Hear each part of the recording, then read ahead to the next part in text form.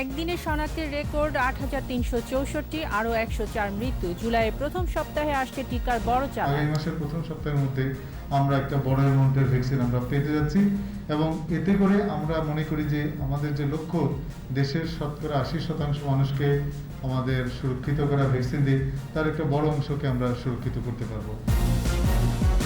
লকডাউনে থাকছে না মুভমেন্ট পাস, মাঠে থাকবে সেনাবাহিনী। গার্মেন্টস নিয়ে সিদ্ধান্ত কাল। রাজধানীর সড়কগুলো ব্যক্তিগত যানবাহনের দখলে, ফেরিঘাট জনারণ্য, মানা হচ্ছে না নির্দেশনা। দরিদ্র জনগোষ্ঠীর জন্য প্রণোদনা চালু রাখার আহ্বান সংসদ সদস্যদের। স্বাস্থ্য খাতে দুর্নীতি বন্ধের তাগিদ। মগবাজারের ঘটনা নাশকতা নয়, গ্যাস জমে বিস্ফোরণ বলছেন আইজিপি। ভবন পরিত্যক্ত ঘোষণা।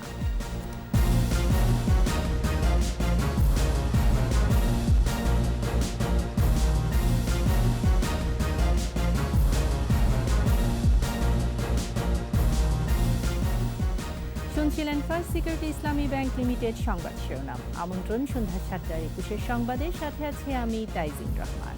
দর্শক, ২১ টেলিভিশনের সংবাদ একই সাথে সরাসরি দেখতে পাবেন আমাদের ফেসবুক পেজ www.facebook.com/2124 অনলাইনে।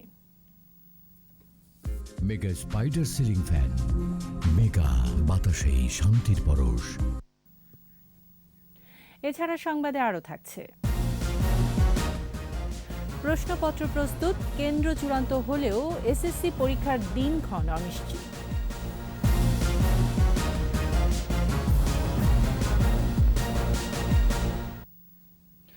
করোনার রেকর্ড মৃত্যুর পরদিনই শনাক্তের রেকর্ড। একদিনে শনাক্ত ৮,৩৬৪, মারা গেছে আরও ১০৪ জন। সবচেয়ে বেশি মৃত্যু খুলনা বিভাগে ৩৫ জন।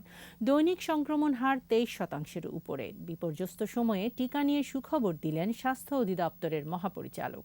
তিনি জানিয়েছেন জুলাইয়ের প্রথম সপ্তাহে টিকার বড় চালান আসবে। বিস্তারিত জানাচ্ছেন স্মৃতি মণ্ডল।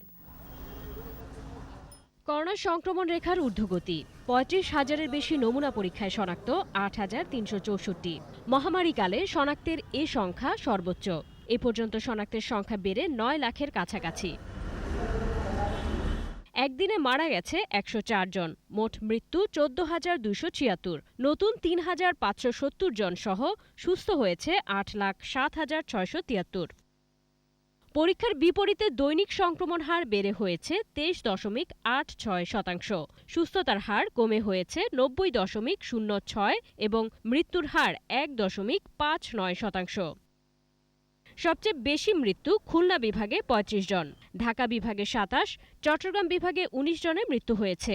মৃতদের মধ্যে পুরুষ ৬৮ জন ও নারী ৩৬।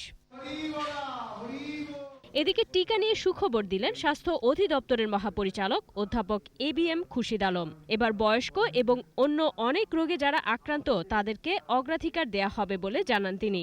আগামী মাসের প্রথম সপ্তাহের মধ্যে আমরা একটা বড় অ্যামাউন্টের ভ্যাকসিন আমরা পেতে যাচ্ছি এবং এতে করে আমরা মনে করি যে আমাদের যে লক্ষ্য দেশের শতকরা ৮০% মানুষকে আমাদের সুরক্ষিত করা ভ্যাকসিন দিয়ে তার একটা বড় অংশকে আমরা সুরক্ষিত করতে পারবো। যে সমস্ত শ্রমিকরা বিদেশে যাবেন তাদেরকে যেন আমরা অতি দ্রুত ভ্যাকসিনেট করে সুরক্ষিত করে দিই, যাতে করে তারা যেতে পারেন।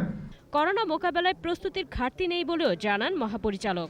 লকডাউনের কিছুটা সুফল হলে আমরা পাচ্ছি যে জেলাগুলোতে রোগী ভর্তি হচ্ছে ঠিকই, কিন্তু ক্যাজুয়ালিটির হার যে পরিমাণে ভর্তি এবং যে পরিমাণে পজিটিভিটি তার তুলনায় যথেষ্ট কম বলেই আমার কাছে মনে হচ্ছে। গোপালগঞ্জে করোনার টিকা উৎপাদনের সম্ভাব্যতা যাচাইয়ে কমিটি গঠনের কথাও জানান স্বাস্থ্য অধিদপ্তরের মহাপরিচালক। অনুমোদন হলে আমরা কাজটা পুরোদমে শুরু করব। স্মৃতি মণ্ডল, ২১ টেলিভিশন, ঢাকা। করোনা সংক্রমণ রোধে ১ জুলাই থেকে সর্বাত্মক লকডাউন বাস্তবায়ন করতে মাঠে থাকবে সেনাবাহিনী, বিজিবি সহ অন্যান্য বাহিনীর সদস্যরা। মন্ত্রিপরিষদ সচিব খন্দকার আনোয়ারুল ইসলাম জানান, লকডাউনে সবাই বাসায় অবস্থান করবেন। এবার কোনো মুভমেন্ট পাস থাকবে না। আর কলকারখানা ও গার্মেন্টসের বিষয়ে সিদ্ধান্ত আসবে আগামীকাল। বিস্তারিত সাইদুল ইসলামের রিপোর্টে। জাতীয় সংসদ ভবনে মন্ত্রিপরিষদের বৈঠকে লকডাউন চলাকালে দরিদ্রদের সামাজিক নিরাপত্তা কর্মসূচির আওতায় আনার নির্দেশ দেন প্রধানমন্ত্রী। বৈঠকে মহাসড়ক নির্মাণ, উন্নয়ন ও রক্ষণাবেক্ষণ সময় উপযোগী করা এবং যানবাহন চলাচলে শৃঙ্খলা ও নিরাপত্তা নিশ্চিত করতে মহাসড়ক আইন 2021-এর খসড়ার চূড়ান্ত অনুমোদন দেওয়া হয়। বৈঠক শেষে সচিবালয়ে ব্রিফিংয়ে মন্ত্রিপরিষদ সচিব জানান, জরুরি কাজে নিয়োজিত ব্যক্তি ছাড়া কেউ ঘর থেকে বের হতে পারবে না। মাঠ পর্যায়ের প্রশাসনের হাতে প্রয়োজন মতো ক্ষমতা দেয়া থাকবে বলেও জানান তিনি। আর্মি, বিজিবি, ব্যাটালিয়ন, পুলিশ তারা সবাই টহলে থাকবে এবং তাদেরকে যথাসম্ভব যতটুকু সম্ভব যা দরকার সব প্রয়োজনীয় ব্যবস্থা নিতে তাদেরকে অথরিটি দেওয়া হয়েছে। লকডাউনে জরুরি পরিষেবা ছাড়া সরকারি বেসরকারি অফিস, শপিং মল, দোকানপাট, মার্কেট বন্ধ থাকবে। এবারের লকডাউন কঠোরভাবে বাস্তবায়ন করা হবে। তবে শিল্প কারখানা ও গার্মেন্টসের বিষয়ে সিদ্ধান্ত আসবে মঙ্গলবার। কালকে আমরা ডিটেল বলে দেব, আগামীকাল ইনশাল্লাহ আমরা নোটিফিকেশন করব। 1 তারিখ ভোর 6টা থেকে আমরা 7 তারিখ রাত 12টা পর্যন্ত খুব স্ট্রিক্ট ভিউতে যাচ্ছি আমরা। এবার মুভমেন্ট পাস থাকবে না, নিষেধ করে দেব, কেউ বেরোতে পারবে না পরিষ্কার। সচিব জানান, প্রয়োজন হলে লকডাউন আরও 1 সপ্তাহ বাড়বে। যে 7 দিন যদি সরকার মনে করে আরও 7 দিন যেতে হবে সেটাও বিবেচনায় আছে। সাইদুল ইসলাম, 21 টেলিভিশন, ঢাকা। সীমিত পরিসরের লকডাউন শুরুর দিনে গণপরিবহন না থাকলেও রাজধানীর সড়কগুলো ছিল ব্যক্তিগত যানবাহনের দখলে। বেসরকারি অফিসগুলো নিজস্ব পরিবহনের ব্যবস্থা না করায় বিপাকে পড়েন কর্মজীবীরা। অনেকেই মোটরসাইকেল, রিকশায় ভেঙে ভেঙে গেছেন নিজেদের গন্তব্যে। মাহমুদ হাসানের রিপোর্ট। সীমিত পরিসরে লকডাউনের শুরুর দিনে সরকারি নির্দেশনা মেনে সড়কে নামেনি গণপরিবহন। তবে রাজধানীর সড়কগুলো ছিল ব্যক্তিগত যানবাহনের দখলে। গণপরিবহন না থাকায় বিপাকে পড়েন অফিসগামী মানুষ। অনেকেই ঘন্টার পর ঘন্টা অপেক্ষা করেছেন যানবাহনের জন্য। কেউ কেউ আবার প্রাইভেট কার, মোটরসাইকেল দেখলেই হাত দেখিয়ে থামানোর চেষ্টা করেন। প্রায় 1 ঘন্টা ধরে অপেক্ষা করছি। কালকে রাতে হঠাৎ করেই শুনেছি সন্ধ্যার দিকে, তো অফিসে যাব ল্যাপটপগুলো আনতে, হোম অফিস করার জন্য। এদিক দিয়ে অফিস খোলা থাকে, এদিক দিয়ে আমাদের যাতায়াতের একটা চাপ থাকে, এদিক দিয়ে পাবলিক বাস বন্ধ। এদিন রাজধানীর সব সড়কেই ছিল রিকশার রাজত্ব। প্রধান সড়কে নামে 3 চাকার এই যান। বাসা থেকে বেরিয়েছি 9টায়, ফার্মগেট থেকে আবার রিক্সা নিয়ে এভাবে আসতেছি। এখন জানি না ঠিক সময় যেতে পারবো কিনা ইন্টারভিউর জন্য।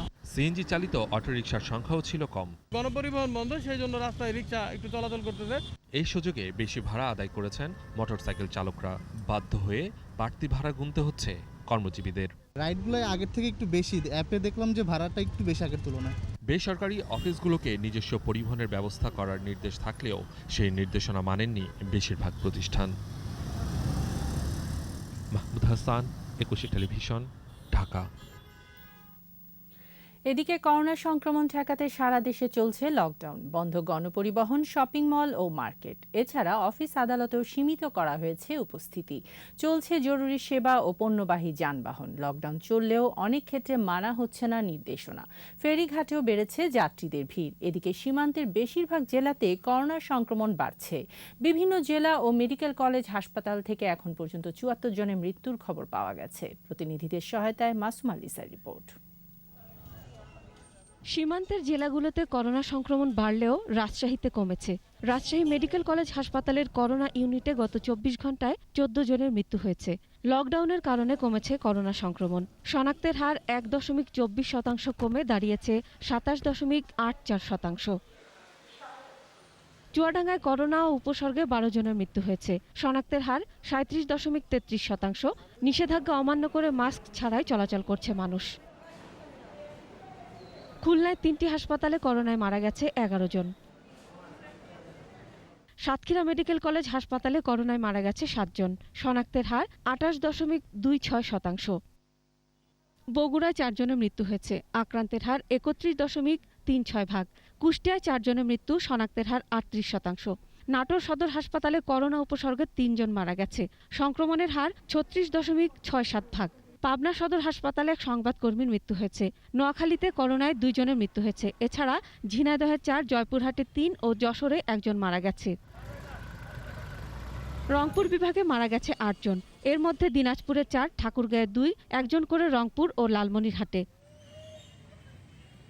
মাদারীপুরে যানবাহন বন্ধ রাখার নির্দেশনা থাকলেও মানা হচ্ছে না।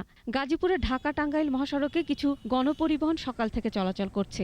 অধিকাংশ যাত্রী মানছেন না স্বাস্থ্যবিধি। নারায়ণগঞ্জে কঠোরভাবে পালিত হচ্ছে লকডাউন। শহরের চাষারা 2 নম্বর রেলগেট সহ 30টি পয়েন্টে পুলিশের চেকপোস্ট রয়েছে। নিষেধাজ্ঞা অমান্য করে জরুরি সেবা ও পণ্যবাহী ফেরিতে মুন্সিগঞ্জের শিমুলিয়া নৌরুটে পারাপার হচ্ছে মানুষ। এ রুটে বর্তমানে 14টি ফেরি চলাচল করছে। পারাপারের অপেক্ষায় রয়েছে 5 শতাধিক যানবাহন। মাদারীপুরের বাংলাবাজার ঘাটেরও একই চিত্র। যাত্রীরা মোটরসাইকেল, 3 হুইলার, ইজি বাইক সহ বিভিন্ন হালকা যানবাহনে 3 থেকে 4 গুণ ভাড়া দিয়ে ঘাটে আসছেন। এ ঘাটে 16টি ফেরি চালু রয়েছে। মাসুম আলিসা, 21 টেলিভিশন। করোনা সংক্রমণ প্রতিরোধে দ্রুত লকডাউন কার্যকরের পরামর্শ দিয়ে দরিদ্র জনগোষ্ঠীকে পুনর্বাসনে প্রণোদনা চালু রাখার আহ্বান জানিয়েছেন সংসদ সদস্যরা। প্রস্তাবিত বাজেটের উপর আলোচনায় অংশ নিয়ে তারা বলেছেন, করোনার বিরুদ্ধে লড়তে ভ্যাকসিনের কোনো বিকল্প নেই। স্বাস্থ্য খাতে দুর্নীতি বন্ধে ব্যবস্থা নেওয়ারও তাগিদ দিয়েছেন সরকার ও বিরোধী দলের সদস্যরা। বিস্তারিত জানাচ্ছেন আকবর হোসেন সুমন। একাদশ জাতীয় সংসদের ত্রয়োদশ অধিবেশনে নতুন অর্থবছরের জন্য প্রস্তাবিত বাজেটের উপর আলোচনায় অংশ নেন সরকার ও বিরোধী দলীয় সাংসদরা। এই ভ্যাকসিনেশনের মাধ্যমে করোনা সংক্রমণে উদ্বেগ প্রকাশ করে স্বাস্থ্য খাতে বরাদ্দ বৃদ্ধি ও দুর্নীতি বন্ধে ব্যবস্থা নেওয়ার আহ্বান জানান সংসদ সদস্যরা। একটা আছে সার্জিক্যাল মাস্ক, একটা আছে KN95 মাস্ক, একটা N95 মাস্ক। এটার দাম কোনোটা 4 টাকা আর কোনোটা আছে একটু বেশি। পারচেস কমিটি তারা এটা কিনেছে 350 থেকে 450 টাকা একটা। গত কয়েকদিনে লকডাউন শাটডাউন নিয়ে প্রজ্ঞাপন জারি, ঘন ঘন সংশোধন, কয়েক ঘন্টার মধ্যে অদল বদল করা, এসব বক্তব্য বিবৃতির মধ্য দিয়ে অস্থিরতাই প্রকাশ পাচ্ছে। প্রজ্ঞাপনে পরস্পর বিরোধী বক্তব্য রয়েছে। বাজেট আগাগোড়াই ধনীদের স্বার্থ রক্ষা করছে বলে মন্তব্য করেন বিরোধী দলের সংসদ সদস্য কাজী ফিরোজ রশিদ। তার দেয়া যুক্তি খণ্ডাতে আলোচনায় অংশ নেন সরকার দলীয় সিনিয়র সদস্যরা। এই বাজেটটা মাননীয় স্পিকার আগাগোড়া ধনীদের স্বার্থে এবং ব্যবসায়ীদের স্বার্থে উনি প্রণয়ন করেছেন। 1972 সালে এই সংসদে রাজনীতিবিদদের সংখ্যা ছিল 95% আর 5% ছিল ব্যবসায়ী। আজকে 2021 সালে 75% ব্যবসায়ী আর 25% রাজনীতিবিদ। 15ই আগস্টের হত্যার বিচার কাণ্ড করা যাবে না, এই ইনডেমনিটি আইন কারা পাশ করেছিল? আজকে তারা বড় বড় কথা বলে, বিচারের কথা বলে, গণতন্ত্রের কথা বলে। আজকে এমপিদের according to ordinary presidents, the MPs are above the secretaries, but where they are now? জাতির পিতা বঙ্গবন্ধুকে হত্যা করার পর জিয়াউর রহমান বলেছিলেন, I will make politics difficult for the politician, and he did it. তিনি অত্যন্ত দক্ষতার সাথে সেই কাজটা তিনি করেছেন। এটা আমাদের দুর্ভাগ্য। সংসদে এদিন মেডিকেল ডিগ্রি ও মেডিকেল কলেজ সংক্রান্ত ঔপনিবেশিক 2টি আইন বাতিল করতে 2টি বিল উত্থাপন করেন স্বাস্থ্যমন্ত্রী। 21 মহান জাতীয় সংসদে উত্থাপনের জন্য অনুমতি প্রার্থনা করছি। আকবর হোসেন সুমন, 21 টেলিভিশন, ঢাকা। মগবাজারের বিস্ফোরণ নাশকতা নয় বলে জানিয়েছেন পুলিশের আইজি বেনজির আহমেদ। ঘটনাস্থল পরিদর্শন করে তিনি বলেন, বিস্ফোরণটি একমুখী। এটি মিথেন গ্যাস থেকে হতে পারে বলেও ধারণা তার। ঘটনা তদন্তে এরই মধ্যে পুলিশ, ফায়ার সার্ভিস ও বিস্ফোরক পরিদপ্তরের 3টি কমিটি কাজ শুরু করেছে। বিস্তারিত জানাচ্ছেন রিয়াজ সুমন। মগবাজারের রাখিনীড়ে রোববার সন্ধ্যার ভয়াবহ বিস্ফোরণের ভীতি এখনও তাড়া করে ফিরছে স্থানীয়দের। মুহূর্তেই সবকিছু তছনছ। এখন পর্যন্ত 6 জন মারা গেছেন, আহতের সংখ্যা 66। 45 জন বিভিন্ন হাসপাতালে চিকিৎসাধীন। স্থানীয় বাসিন্দারা জানান, ভয়াবহ সেই বিস্ফোরণ, আত্মচিৎকার আর কান্না এখনও কানে বাজছে। এক্সপ্লোশন যখন হচ্ছে, আমরা তো আমাদের মার্কেটে দেখলাম এই ঘরটা পুরোটা ধোঁয়ায় ভরে গেল। 1 সেকেন্ডের ভিতরে সব তো তছনছ হয়ে গেল। আমাদের এই দোকানগুলো দেখেন, আমরা দোকানের প্রত্যেকটা থাই এবং সাদা সহকারে বের হয়ে গেছে। আমাদের এখানে 5টা বাড়ি ছিল, 5টা বাড়ি গ্লাস নাই। রাত থেকেই আইন শৃঙ্খলা রক্ষাকারী বাহিনী ঘটনাস্থল ঘিরে রাখে। এরই মধ্যে বিস্ফোরক পরিদপ্তরের তদন্ত দল ঘটনাস্থল ঘুরে আলামত সংগ্রহ করেছে। এখন আমরা হাইড্রোকার্বনের অস্তিত্ব যেহেতু পেয়েছি, সেহেতু বলতে হবে এখানে ন্যাচারাল গ্যাস লিকেজের কোনো বিষয় থাকতে পারে। প্রাথমিকভাবে অনুমান করতেছি আমাদের পরীক্ষণের মাধ্যমে। তদন্তের স্বার্থে এটা আমরা আরও তদন্ত করব। ফায়ার সার্ভিস অ্যান্ড সিভিল ডিফেন্সের 5 সদস্যের তদন্ত কমিটিও কাজ শুরু করেছে। ঘটনার চুলচেরা বিশ্লেষণ করেই তদন্ত এগিয়ে নিচ্ছেন তারা।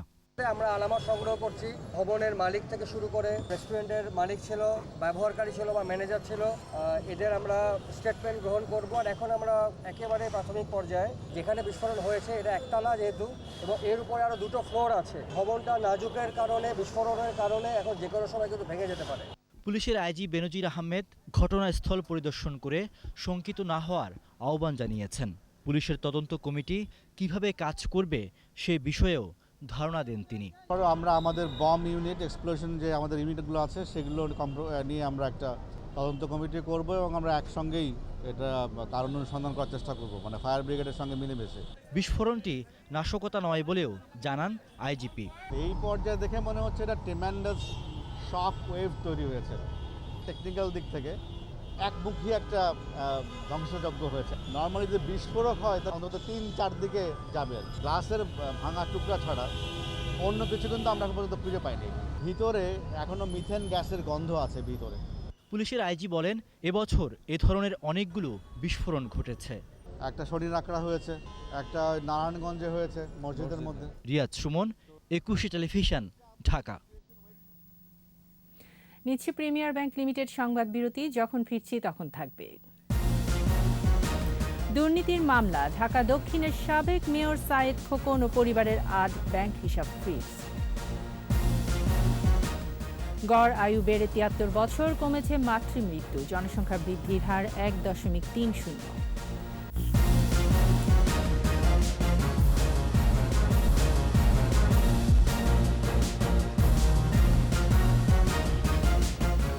আবারও আমন্ত্রণ সন্ধ্যা 7:21 সংবাদে। আওয়ামী লীগের শিকড় এদেশের মাটির গভীরে, বলেছেন দলটির সাধারণ সম্পাদক ওবায়দুল কাদের। সচিবালয়ে তার সঙ্গে সাক্ষাৎ করেন বাংলাদেশে নিযুক্ত ভারতের হাই কমিশনার বিক্রম কুমার দোরাইস্বামী। পরে তিনি ব্রিফিংয়ে বলেন, বিএনপির অপরাজনীতি জনগণের কাছে স্পষ্ট হয়েছে বলে দলটিকে মানুষ বিশ্বাস করে না। বিরোধী দল শক্তিশালী ও দায়িত্বশীল হলে গণতন্ত্র বিকাশের পথ মসৃণ হয় উল্লেখ করে বিএনপিকে শক্তিশালী হবার আহ্বান জানান ওবায়দুল কাদের। মাটি ও মানুষের পরম আস্থার ঠিকানা আওয়ামী লীগ পালানোর দল নয়। আমাদের শিকড় এদেশের মাটির গভীরে প্রথিত। বিএনপি নাকি অতীতের চেয়ে এখন অনেক শক্তিশালী। আমরাও চাই বিরোধী দল হিসাবে বিএনপি শক্তিশালী হোক। কোমরভাঙ্গা, মেরুদণ্ডহীন, সিদ্ধান্তহীনতায় ভোগা কোনো দল বিরোধী দল হিসাবে সফল হতে পারে না। বিএনপি অন্ধকারে রাজনীতি করে, তাই দলটি আরও অন্ধকারের মধ্যে নিমজ্জিত হচ্ছে, বলেছেন তথ্য ও সম্প্রচার মন্ত্রী ডক্টর হাসান মাহমুদ। সচিবালয়ে সাংবাদিকদের সাথে মতবিনিময়ে তিনি বলেন, বিএনপি নেত্রী খালেদা জিয়া দেশের সুচিকিৎসা পেয়েছেন, তা না হলে তিনি সুস্থ হয়ে বাড়ি ফিরতে পারতেন না। সরকার বেগম জিয়ার পছন্দ অনুযায়ী হাসপাতালে তার পছন্দের ডাক্তারদের দিয়ে চিকিৎসার ব্যবস্থা করেছেন। লকডাউনের সময় কেউ বিধি নিষেধ ভঙ্গ করলে কঠোর ব্যবস্থা নেওয়ার কথাও জানান তথ্য ও সম্প্রচার মন্ত্রী। যাদের দলের ভারপ্রাপ্ত চেয়ারপারসন পলাতক অবস্থায় আছে, তো তাদের দলের মহাসচিব কখন পালাতে পারেন সেই আশঙ্কা থেকে হয়তো তিনি এই কথাগুলো বলছেন। আর মির্জা ফখরুল সাহেবের এই সমস্ত কথাবার্তা আমরা বহু বছর ধরে শুনে আসছি, এগুলোতে আসলে মানুষ হাসে। বিশ্ব শান্তি রক্ষা এবং কোভিড-19 পরিস্থিতিতে বাংলাদেশ বিমান বাহিনী প্রশংসনীয় অবদান রাখছে বলে মন্তব্য করেছেন ভারতের বিমান বাহিনী প্রধান air chief marshal Rakesh Kumar Singh Bhadauria. তিনি বলেন, বাংলাদেশ ভারত মৈত্রীর বন্ধন ঐতিহাসিক। যশোরে বিমান বাহিনী একাডেমির প্যারেড গ্রাউন্ডে রাষ্ট্রপতি কুচকাওয়াজ অনুষ্ঠানে প্রধান অতিথি ছিলেন ভারতের বিমান বাহিনী প্রধান। সদ্য কমিশন প্রাপ্ত 26 কর্মকর্তাকে ব্যাজ পরিয়ে দেন তিনি। সুমন রায়হানের ক্যামেরায় মানিক শিকদারের রিপোর্ট। যশোরে বিমান বাহিনী একাডেমির প্যারেড গ্রাউন্ডে ৭৮তম বাফা কোর্সের প্রশিক্ষণ প্রাপ্তি উপলক্ষে রাষ্ট্রপতি কুচকাওয়াজ। সফররত ভারতীয় বিমান বাহিনীর প্রধান air chief marshal Rakesh Kumar Singh Bhadauria প্রধান অতিথি হিসেবে উপস্থিত থেকে কুচকাওয়াজ পরিদর্শন ও অভিবাদন গ্রহণ করেন। ৭১-এর বীর শহীদ ও মুক্তিযোদ্ধাদের আত্মত্যাগের প্রতি গভীর শ্রদ্ধা জানিয়ে তিনি বলেন, বঙ্গবন্ধু শেখ মুজিবুর রহমান একটি আধুনিক বিমান বাহিনীর স্বপ্ন দেখেছিলেন। আজ বিশ্ব শান্তি রক্ষা সহ দেশের অভ্যন্তরে বাংলাদেশ বিমান বাহিনী প্রশংসনীয় ভূমিকা রাখছে। I am really impressed to see the BF has been a trendsetter in our region in terms of women participation and in terms of women enrollment in services. একজন নারী ক্যাডেট সহ মোট ২৬ ক্যাডেট কমিশন লাভ করে। Officer cadet Mirza Hammad বিন Shihab general প্রশিক্ষণ কৃতিত্বের জন্য কমান্ড্যান্টস trophy লাভ করেন। এই অর্জন আমার প্রত্যেকটি কর্মচারীদের জন্য, যারা আমাকে প্রত্যেক সময় আমার সাথে ছিল। সমান তালে ট্রেনিং করে যাই, সুতরাং এখানে আমাদের তেমন কোনো বিভেদ নেই যে আমি ছেলে আমি মেয়ে। অনুষ্ঠানে জাতীয় সংসদ সদস্য, উচ্চপদস্থ সামরিক ও বেসামরিক কর্মকর্তাবৃন্দ, স্থানীয় গণ্যমান্য ব্যক্তিবর্গ ও সদ্য কমিশন প্রাপ্ত কর্মকর্তাদের অভিভাবকরা উপস্থিত ছিলেন। নীলাকাশ মম পরিচি, এই মূল মন্ত্রে উজ্জীবিত হয়ে বাংলাদেশ বিমান বাহিনী একাডেমির প্রশিক্ষণার্থীরা তাদের প্রশিক্ষণ শেষে শপথ নিলেন দেশ সেবার। মানিক শিকদার, ২১ টেলিভিশন, বাংলাদেশ বিমান বাহিনী একাডেমি, যশোর। ঢাকা দক্ষিণ সিটির সাবেক মেয়র সায়েদ খোকন ও তার পরিবারের সদস্যদের ৮টি ব্যাংক হিসাব ফ্রিজের নির্দেশ দিয়েছেন আদালত।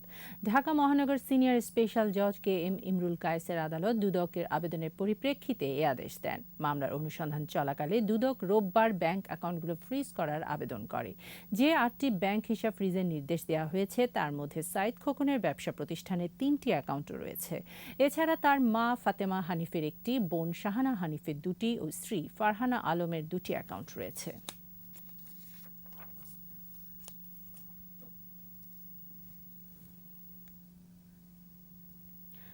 আর্থিক প্রতিষ্ঠান পিপলস লিজিং অ্যান্ড ফাইন্যান্সিয়াল সার্ভিসকে পুনরুজ্জীবিত করার আদেশ দিয়েছেন হাইকোর্ট। বিচারপতি মোহাম্মদ খুরশিদ আলম সরকারের একক ভার্চুয়াল বেঞ্চ এ আদেশ দেয়। ২০১ জন আমানতকারীর আবেদনের প্রেক্ষিতে আদালত এই আদেশ দেন। একই সাথে পিপলস লিজিং পুনর্গঠনে একটি বোর্ড করে দেবেন আদালত। ২০১৯ সালের ১৪ জুলাই পিপলস লিজিং অবসায়নের জন্য আদালতে মামলা করে বাংলাদেশ ব্যাংক।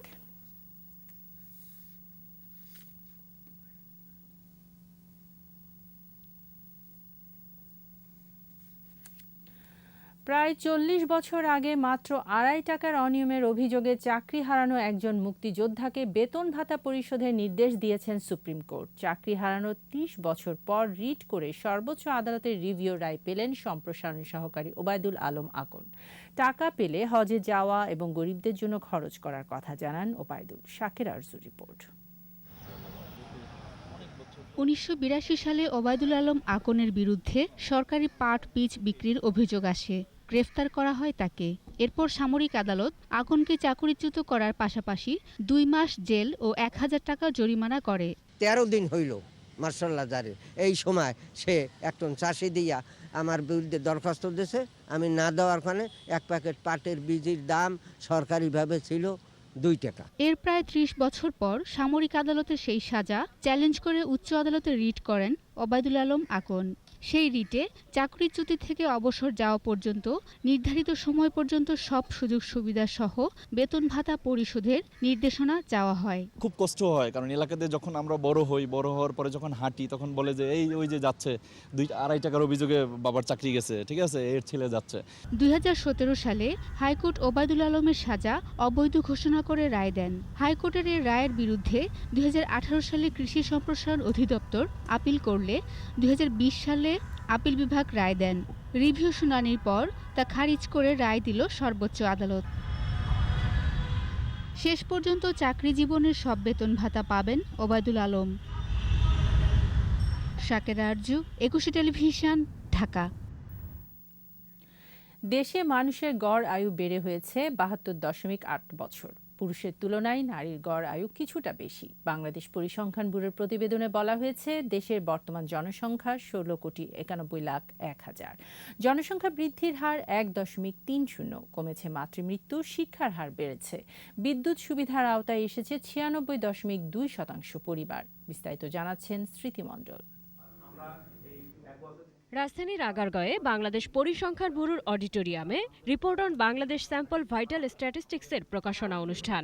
যে ইন্ডিকেটরগুলো এই প্রকল্পের জন্য দেশের পরিকল্পনার জন্য অত্যন্ত গুরুত্বপূর্ণ, সেই ইন্ডিকেটরগুলোর আমরা স্ট্যান্ডার্ড এরর করেছি এবং 95% কনফিডেন্স ইন্টারভ্যাল দিয়েছি, যেটাতে লোয়ার লিমিট এবং আপার লিমিটে দেওয়া আছে। প্রতিবেদনে বলা হয়, দেশে বর্তমান জনসংখ্যা এখন 16,91,01,000। জনসংখ্যা বাড়ার হার 1.30। বেড়েছে মানুষের গড় আয়ু। নারীদের প্রত্যাশিত গড় আয়ু 74.5 আর পুরুষের 71.2 বছর। মোট প্রজনন হার 2.04। প্রতি হাজারে মাতৃমৃত্যু আগের থেকে কমে হয়েছে 1.63 জন। 7 থেকে 15 বছর ও তদূর্ধ্ব জনসংখ্যার শিক্ষার হার বেড়েছে, যা 75% বেশি। দেশে বিদ্যুৎ সুবিধা আছে 96.2% পরিবারে। আগের বছর ছিল 93.5%। স্যানিটারি টয়লেট সুবিধার আওতায় 81.5% পরিবার। 15 বছর বা তার বেশি জনসংখ্যার ইন্টারনেট ব্যবহারকারীর হার 43.5%। তার মধ্যে পুরুষ 52.7 এবং নারী 34.3%। পরিকল্পনামন্ত্রী বলেন, সূচকের ফলাফলই নির্দেশ করে উন্নত জীবনের দিকে এগিয়ে যাচ্ছে দেশ। এখন কিন্তু জনসংখ্যাকে ভয় পাই না, এইটাই আমাদের মূল সম্পদ। 1.3% হারে এখন বাড়ছে। আমরা চাই বাড়ুক, কিন্তু যেন পরিমিতির মধ্যে বাড়ে। গড় আয়ু বেড়েছে 72.8, প্রায় 73-এর কাছাকাছি। বিদ্যুৎ যেমন চাই, পানীয় চাই এবং স্যানিটারি ল্যাট্রিনও চাই। এই তিনটা জিনিসকে আমরা গ্রামের পরিবর্তনের প্রধান হাতিয়ার মনে করব।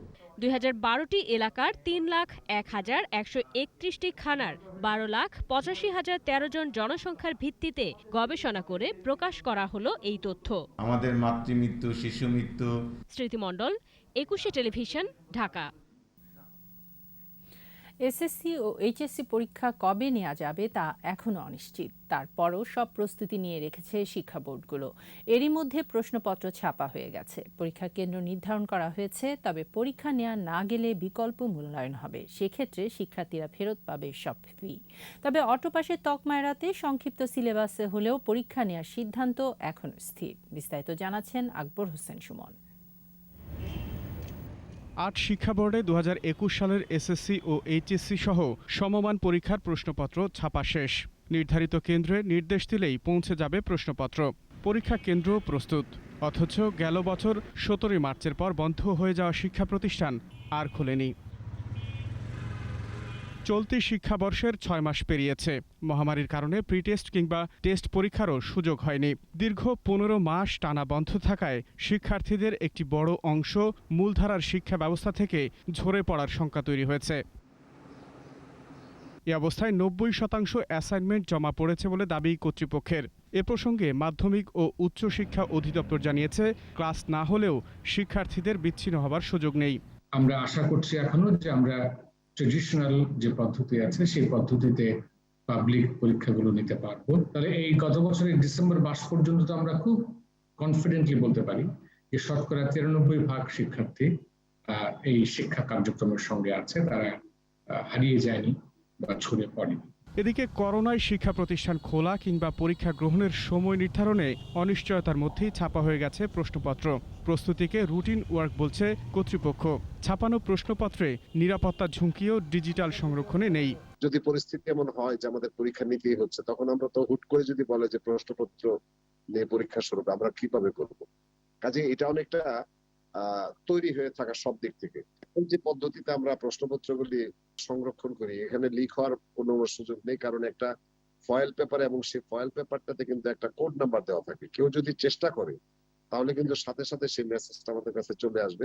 পরিস্থিতির কারণে পরীক্ষা গ্রহণ সম্ভব না হলেও বিকল্প মূল্যায়নও ভেবে রেখেছে সরকার। ট্রেডিশনাল পদ্ধতি হোক অথবা নতুন কোনো পদ্ধতিতে হোক, আমাদের পরীক্ষার্থীদের মূল্যায়ন হবে।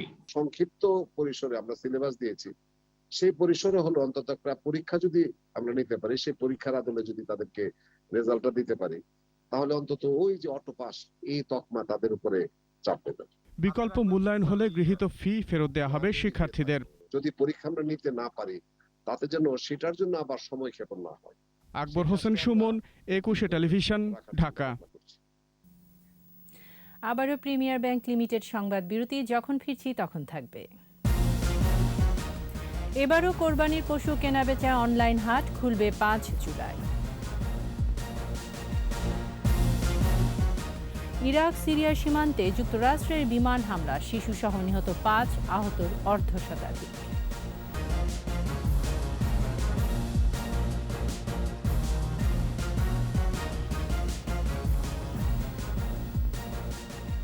আবারও আমন্ত্রণ সন্ধ্যা 7:21 সংবাদে। জ্বর আর শ্বাসকষ্ট নিয়ে হাসপাতালে ভর্তি হয়েছেন 2 বাংলার জনপ্রিয় সঙ্গীত শিল্পী কবির সুমন। সোমবার সকালে গুরুতর অসুস্থ অবস্থায় 72 বছর বয়সী এই শিল্পীকে SSKM হাসপাতালে ভর্তি করা হয়।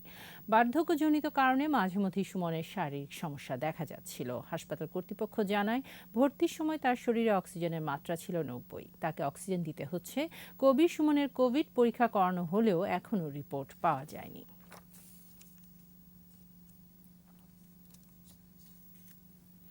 এবার ব্যবসা বাণিজ্যের খবর।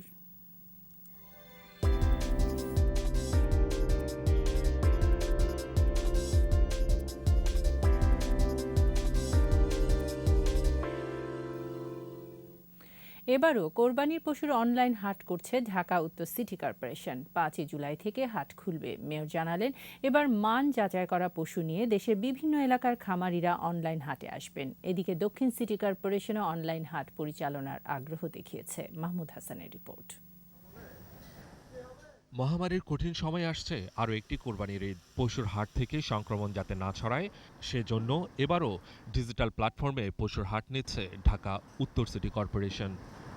গত বছরের অনলাইন হাটের অভিজ্ঞতা কাজে লাগিয়ে কয়েক দফা আলোচনা শেষে অনলাইন হাটের সময় চূড়ান্ত করা হয়েছে। সারা দেশ থেকেই পশু ব্যবসায়ী ও খামারিরা অনলাইন হাটে যোগ দিতে পারবেন। আগামী 5 তারিখে এটিকে আমরা ওপেন করে দিতে চাই এবং শুধু অনলাইনের মাধ্যমে গরুর হাট অনলাইন আমরা করব। ইউনিয়নের যে উপজেলা লাইভ স্টক অফিসার যারা আছেন তারা ওই গরুগুলোকে তারা মানদণ্ড নির্ণয় করে দিবে। শুধু রাজধানীই নয়, দেশের বিভিন্ন স্থান থেকে খামারিরা এবার অনলাইন হাটে আসার আগ্রহ দেখিয়েছে। তবে যেসব এলাকায় সংক্রমণ বেশি সেসব এলাকার পশু হাটে আসবে না। ই কমার্সের যেসব খামারিরা আছে সবার তথ্য তারা ই কমার্সের সাথে অলরেডি চলে আসছে, আর ই কমার্স যুক্ত হলে আমাদের সাথে যুক্ত হবে। এইভাবে আমরা টোটাল ইন্টিগ্রেশনটা করছি। অনলাইন হাট পরিচালনা করতে চায় ঢাকা দক্ষিণ সিটি কর্পোরেশনও। প্রস্তাব পেলে বাস্তবায়ন করার কথা জানিয়েছে ডিএসসিসি। অনলাইন যে প্রতিষ্ঠানগুলো আছে দক্ষিণ সিটি কর্পোরেশনের এখনও সময় আছে, তারা কেউ আমাদের সাথে যোগাযোগ করেনি। আমরা কোনো পক্ষ থেকেই আবেদন পাইনি। যদি তারা এ বিষয়ে আবেদন করে অবশ্যই পজিটিভ সিদ্ধান্ত তারা নেবে। গত বছর উত্তর সিটি কর্পোরেশন কোরবানির পশুর অনলাইন হাট করলেও দক্ষিণ সিটি কর্পোরেশন করেনি। মাহমুদ হাসান, 21 টেলিভিশন, ঢাকা। আর এরই সাথে শেষ করছি সন্ধ্যা 7:21 সংবাদ। যাবার আগে ফার্স্ট সিকিউরিটি ইসলামী ব্যাংক লিমিটেড সংবাদ শিরোনামগুলো জানিয়ে দিচ্ছি আরও একবার। একদিনে শনাক্তের রেকর্ড 8,364, আরও 104 মৃত্যু। জুলাইয়ের প্রথম সপ্তাহে আসছে টিকার বড় চালান। লকডাউনে থাকছে না মুভমেন্ট পাস, মাঠে থাকবে সেনাবাহিনী। গার্মেন্টস নিয়ে সিদ্ধান্ত কাল। রাজধানীর সড়কগুলো ব্যক্তিগত যানবাহনের দখলে, ফেরিঘাট জনারণ্য, মানা হচ্ছে না নির্দেশনা। দরিদ্র জনগোষ্ঠীর জন্য প্রণোদনা চালু রাখার আহ্বান সংসদ সদস্যদের। স্বাস্থ্য খাতে দুর্নীতি বন্ধের তাগিদ। মগবাজারের ঘটনা নাশকতা নয়, গ্যাস জমে বিস্ফোরণ, বলছেন আইজিপি। ভবন পরিত্যক্ত ঘোষণা।